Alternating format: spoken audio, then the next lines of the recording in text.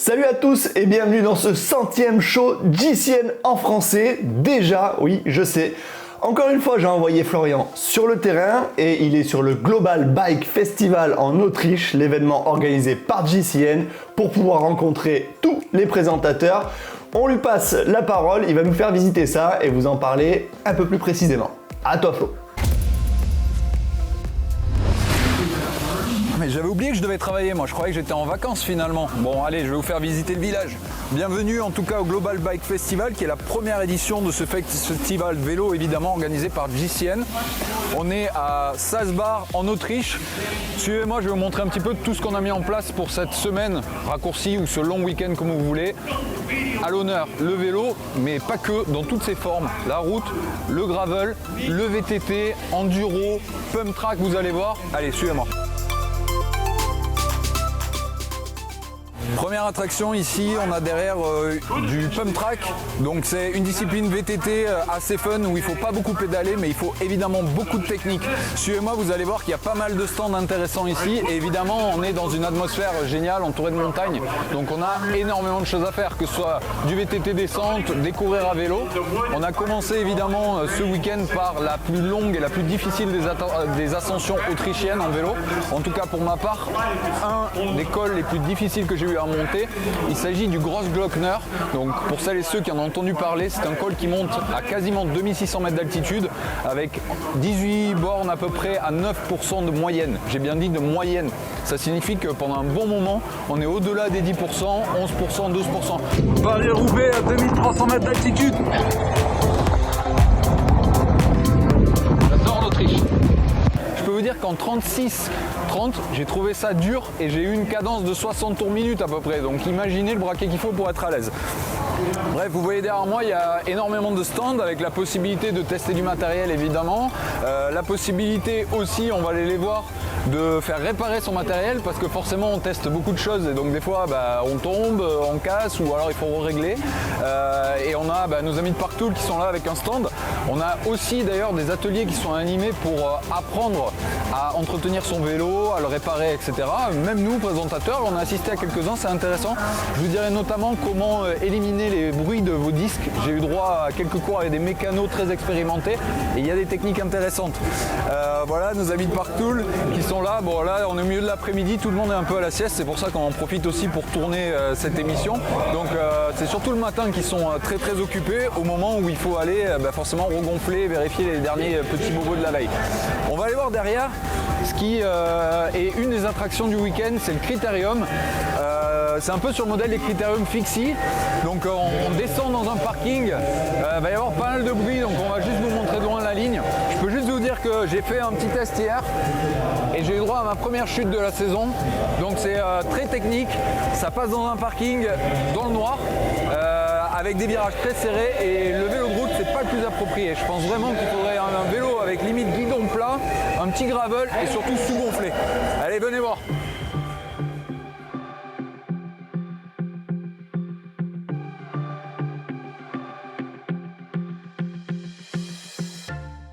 Évidemment, quand on parle de vélo, le café pouvait pas manquer, donc forcément on a aussi un petit stand café pour la pause de tout cycliste. Derrière moi, on a un stand avec un petit peu de matériel. Comme je vous ai dit, il y a de tout. Ça va du gravel à l'enduro et évidemment un peu plus loin, on a de la route. On a aussi évidemment des stands pour manger parce qu'il y a un moment il faut récupérer après avoir affronté toutes ces montagnes, qu'elles soient en VTT ou en route. Et je vais vous amener à mon stand préféré. D'après vous, forcément il y aura quelque chose à boire dedans. On peut voir ici déjà, on a un petit bar, mais moi je vous amène du côté du stand VIP, là où on retrouve tous les présentateurs de GCN qui forcément sont là aussi pour donner des conseils, pour partager des rides avec les différents participants. Et également on a eu droit à des invités surprises durant ce festival, puisque hier j'ai eu la chance de partager la sortie avec André Greppel notamment et Marcus Burgard, qui sont deux jeunes retraités du peloton professionnel qui évidemment sont presque les locaux de l'étape parce que étant ici en Autriche, c'était pas très loin pour eux de se joindre à nous. Et voilà, je vous amène au Carré VIP et on va aller se prendre une petite bière pour terminer ce show.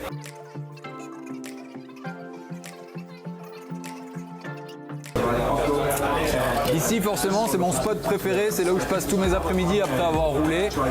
Bon, évidemment, il n'y avait pas que des sorties classiques, je vous ai dit, il y a aussi le Critérium Challenge, mais pas seulement, on va avoir un Com Challenge. Ça va être un peu le reste du monde contre tous les présentateurs GCN. Donc la préparation est importante et en ces périodes de canicule, c'est surtout l'hydratation. Donc évidemment, je prépare ça au mieux et je ferai en sorte de manquer de rien. Évidemment, pour revenir un petit peu aussi sur le week-end, il n'y a pas eu que du vélo, on a eu droit au DJ set, on a eu droit à des soirées. Et voilà, d'ailleurs mon leader qui s'alimente aussi et qui s'hydrate, Oli, je compte sur lui pour le Com Challenge. Puis j'espère qu'après cette première édition réussie, vous serez plus nombreux l'année prochaine à nous rejoindre, peut-être dans un lieu différent, on ne sait-on jamais. En tout cas, ce sera un lieu magnifique où on aime faire du vélo, comme ici, où on s'est éclaté tout simplement. Allez, bisous, à bientôt. Moi, je m'hydrate. Merci mon Flo, j'espère que tu t'amuses bien, en tout cas, t'en as l'air. Nous, on se retrouve pour l'actualité et de ce côté-là, on a notre ami Steven Le Yarrick qui est parti pour une RAF Race Cross France, une traversée de la France en gravel. Il devrait être plus très loin de l'arrivée à l'heure où je vous parle.